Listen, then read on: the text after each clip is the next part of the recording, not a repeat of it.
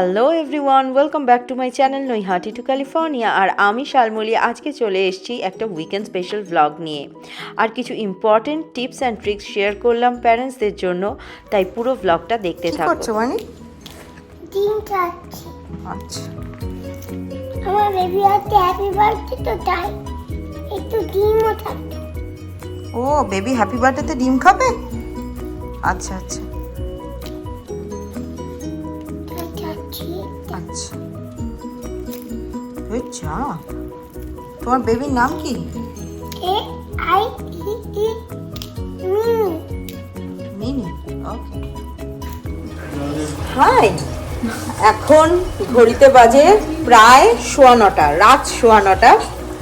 আর আজকে ফ্রাইডে, কাল থেকে উইকেন্ড স্টার্ট হচ্ছে আমাদের। তো ফ্রাইডে মানেই হচ্ছে কিছু স্পেশাল খাওয়া দাওয়া। We Bengalis connect over food, we are foodie. আমি আর অনেক তো ভীষণভাবে ফুডি। আর আমাদের ছোটটাও হচ্ছে আর কি আমাদেরই কপি ক্যাট। তবে আরেকটা জিনিস, অ্যানিকা মুখ দিয়ে যদিও মানে খেতে পারে না বিভিন্ন শারীরিক কারণে, কিন্তু সুন্দর রান্না হলে আমরা যখন খাই ও কিন্তু আমাদের সামনে এসে দাঁড়িয়ে দেখায় যে আমরা খাচ্ছি, আর সুন্দর একটা গন্ধ বেরোচ্ছে, ওরও ভালো লাগে। আমি মাঝে মধ্যে ওকে একটু জল টল দিয়ে ধুয়ে সেই খাবারটা, হয়তো মাটন হোক চিকেন হোক, আমি ওকে একটু অফার করি। মাঝে মধ্যে মুড হলে খায়, না মুড হলে খায় না। তো মোটের উপরে আমাদের পুরো ফ্যামিলি হচ্ছে ফুডি। তো এতদিন তো মা ছিল একদম এরকম ভাবে ভূতের রাজা দিল বরের মতন, মা লুচি, মা চিকেন কষা, মা মাটন চাপ, আর মা একদম ম্যাজিশিয়ানের মতন সেটাই রান্না করে দিত। তো এখন তো মানে নিজেদেরই হাত পুড়িয়ে করতে হবে, এবং আমি কিন্তু রান্না করতে ভালোবাসি। বেটার টু সে ভালোবাসতাম এক সময়। তো কিছু স্পেশাল স্পেশাল ডিশও রান্না করতাম, কিন্তু এখন পরিস্থিতির চাপে সবসময় না রান্না করে ওঠা হয় না। কিন্তু তাও এই যে স্পেশাল দিনগুলো, মানে এই যে ফ্রাইডে, উইকেন্ডস, এই দিনগুলোতে আই লাভ টু কুক। কারণ অনেকের অফিসের প্রেশারটা একটু কম থাকে ফ্রাইডে থেকে। তো তার জন্য ও আমার একটু সাপোর্ট করে আর কি, বাচ্চাদেরকে দেখা, তাদের সাথে সময় মানে টাইম কাটানো, টাইম স্পেন্ড করা। তো এইটা নিয়ে আমি তোমাদের সাথে একটা খুব ইম্পর্টেন্ট জিনিস শেয়ার করব। আমাদের মতন যারা প্রবাসী বাবা মায়েরা আছো, যারা নিজেদের ফ্যামিলি থেকে অনেকটা দূরে থাকো, সাপোর্ট সিস্টেম বলতে তুমি আর তোমার হাজবেন্ড, তোমার বাচ্চাদের জন্য, তাদের এই কথাগুলো আশা করি খুব কাজে লাগবে। তো তোমরা যারা আমার চ্যানেল রেগুলারলি ফলো করো, তারা তো জানো যে আমার সন্তানদের কাছে, অ্যানিকা আর অ্যানিশার কাছে, তাদের দাদু দিদার রোলটা কতটা তারা ইম্পর্টেন্ট তাদের জীবনে। তো যে সমস্যাটা হয় ভিসার কারণে, টুরিস্ট ভিসা এখানে আমাদের আমেরিকাতে, তোমরা অনেকেই জানো, যারা জানো না তাদের জন্য বলছি, টুরিস্ট ভিসার আমাদের একটা টেনিওর দিয়ে দেয় যখন টুরিস্টরা ঢোকে আমেরিকার মধ্যে, যে 6 মাসের একটা স্ট্যাম্প দিয়ে দেয়।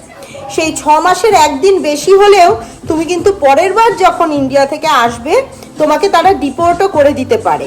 তো একটা স্পেশাল প্রসেস থাকে, সেটা হচ্ছে এক্সটেনশনের প্রসেস, যেটার থ্রুতে তুমি অ্যাপ্লাই করতে পারো অন দি বেসিস অফ কোনো এমার্জেন্সি বা কোনো সিচুয়েশান, যার জন্য তুমি চাইছো তোমার মা বাবাকে তোমার কাছে আরও কিছুদিন রাখতে।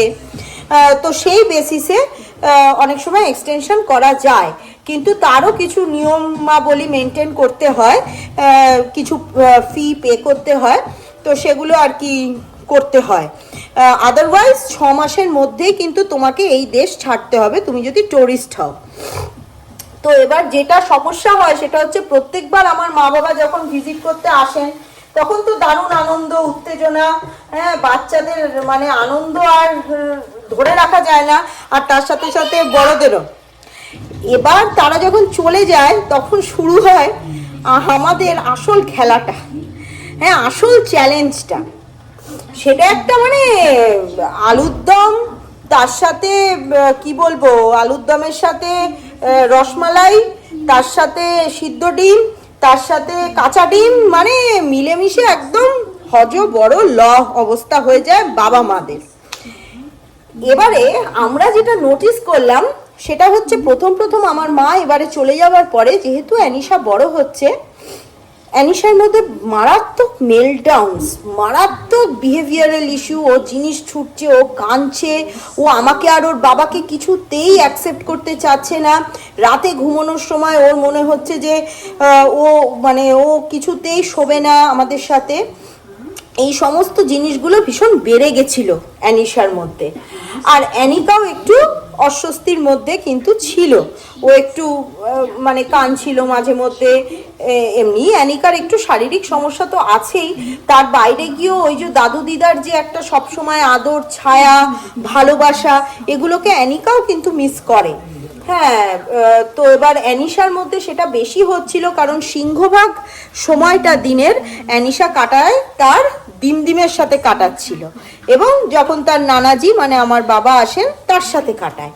তো চলে যাওয়ার পরে সেই অ্যাডজাস্টমেন্টটা কিন্তু হওয়াটার, সেই যে ট্রানজিশন পিরিয়ডটা ছিল ভীষণ কঠিন। আর তার সাথে সাথে আমরা বাবা মা হিসেবেও একটু হেল্পলেস লাগছিল আমাদের, কারণ আমরা বুঝতে পারছিলাম না যে ওকে ঠিক কি করলে ওকে ঠিক রাখা যাবে। তো এবারে আমি আর অনেক বসে যে প্ল্যানটা করলাম সেটা হচ্ছে, আমরা পরের দিনের যে স্কেডিউলটা সেটা পুরো সাজিয়ে নিচ্ছিলাম।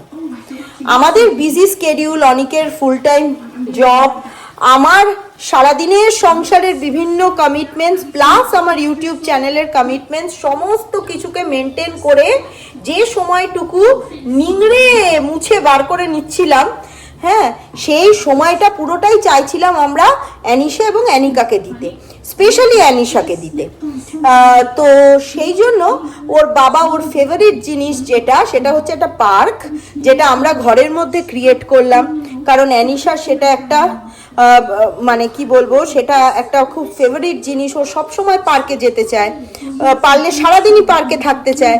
তো আমরা তাই ঘরের মধ্যে একটা মিনি পার্ক ক্রিয়েট করলাম, সেটা অর্ডার দিয়ে এনে অ্যাসেম্বল করে সাজিয়ে সুন্দর রাখলাম। দেখলাম মেয়ে কিছুটা ভাবে নিজেকে এনগেজ রাখতে পারছে তার মধ্যে। প্লাস যেটা করলাম সেটা হচ্ছে, ওর দিন ওর সাথে যে যে জিনিসগুলো করতো, যেটা ও এনজয় করতো করা, আমি আর ওর বাবা বেশি বেশি করে ওর সাথে টাইম স্পেন্ড করা শুরু করলাম।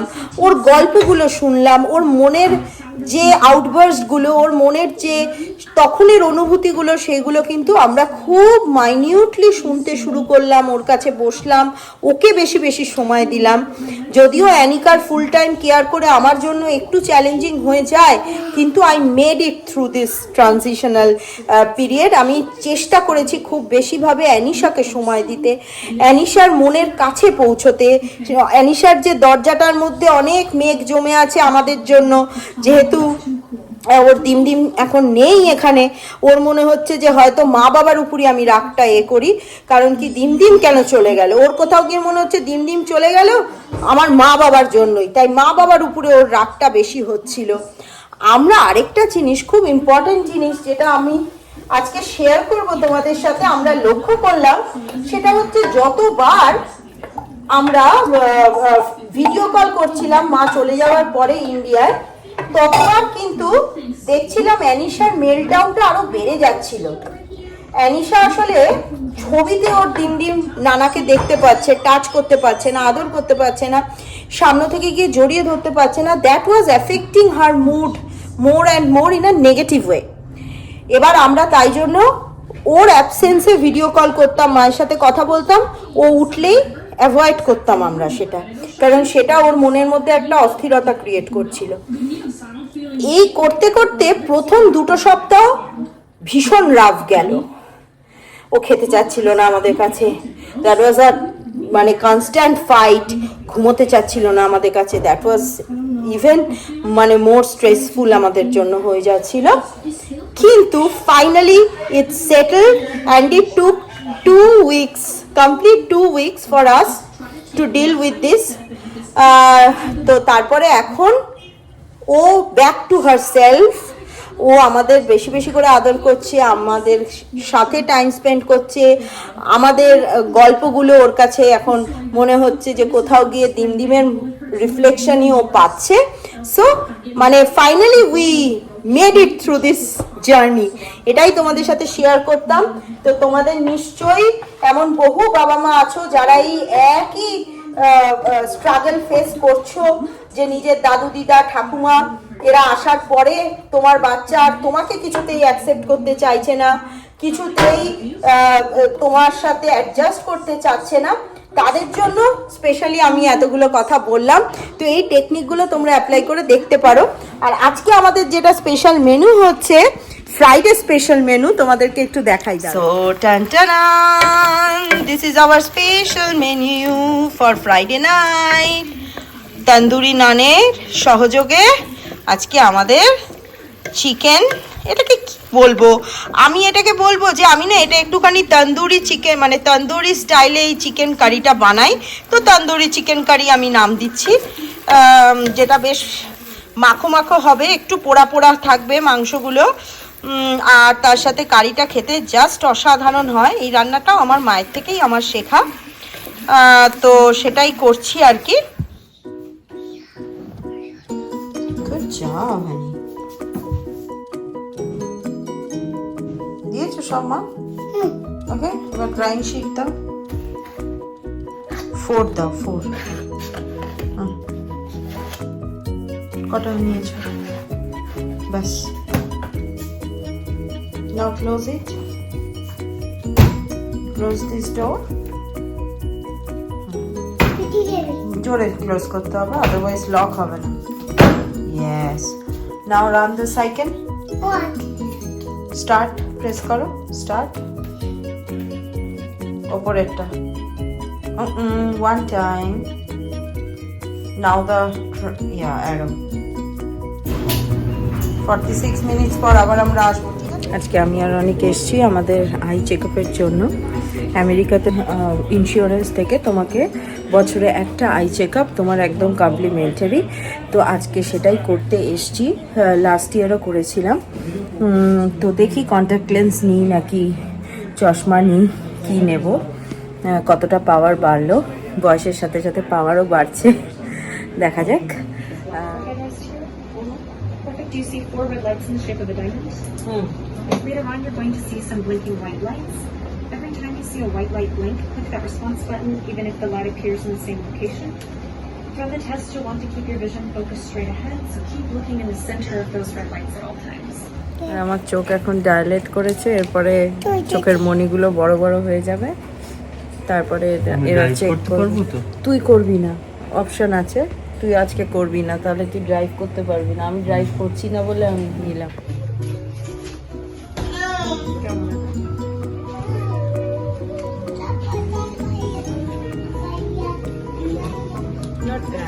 ভালো লাগছে, মানে বিভিন্ন ব্র্যান্ডের আছে, ওই থেকে শুরু করে গুচি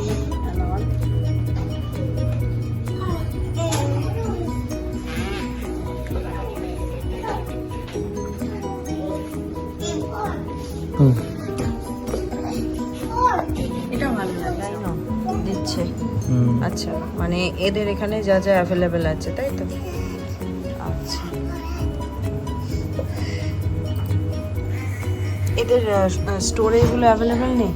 স্টোরে নেই, এগুলো অর্ডার দিয়ে আনাবে বললো।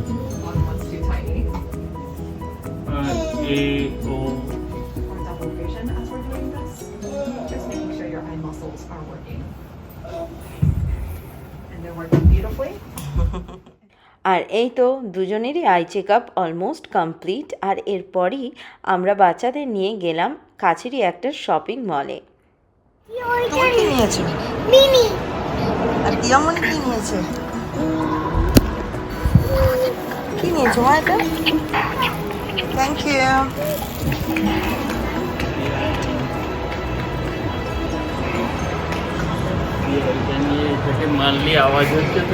মজা পেয়েছে। আর এই দেখো তোমাদের একটা দৃশ্য দেখাই, বিরল দৃশ্য। আমাদের এখানে একটা ইন্ডিয়ান খাবার দোকানের বাইরে এরকম ভাবে ফুচকা বিক্রি হয়, এরা এটাকে গোলগাপ্পা বলে। আর যেটা এক্ষুনি দেখলে এখানে এরকম গোলগাপ্পা বিক্রি হয়, টক জল আর মিষ্টি জল এই দুটো অপশান থাকে, চাটনিরও অপশান থাকে। আমি অনেস্টলি এখান থেকে 2 বার খেয়েছি, but I didn't like it much. আসলে কলকাতার সেই রাসবিহারীর মোড় আর আমাদের গড়িয়া, ওইখানে এন্ড্রুস কলেজের কাছেই ওই ফুচকা। এই দুটো জায়গার ফুচকা আমার হচ্ছে ফেভারিট। তো আমাদের কলকাতার আলু মাখা মটর দিয়ে, তো ওই ফুচকা খাওয়ার পরে টক জল দিয়ে আর একটু বেশি করে লঙ্কা দিয়ে, বলতে বলতেই আমার মুখে জল চলে এলো। সেই ফুচকা খাওয়ার পরে অনেস্টলি আর এখানকার এই ফুচকা কিছুই না। এরা এটাকে গোলগাপ্পা বলে, একটু অন্যরকম হয়, একটা চাটনির অপশন থাকে, মিষ্টি আর একটা টক জল থাকে, but nothing matches our Kolkata style fuchka. কি ফুচকা খাবি নাকি? চল খাই একটু, ভালোই লাগবে। ও কি দিয়ে দেবে প্যাক করে, না দাঁড়িয়ে খেতে হবে? তুই গিয়ে খেয়ে আয় যা। এ তো ঘুমাচ্ছে। তুই গিয়ে খেয়ে আয় যা। যাই গিয়ে খেয়ে আসি। হ্যাঁ, ক্যাশ আছে আমার কাছে। নিয়ে যা তাহলে। ওই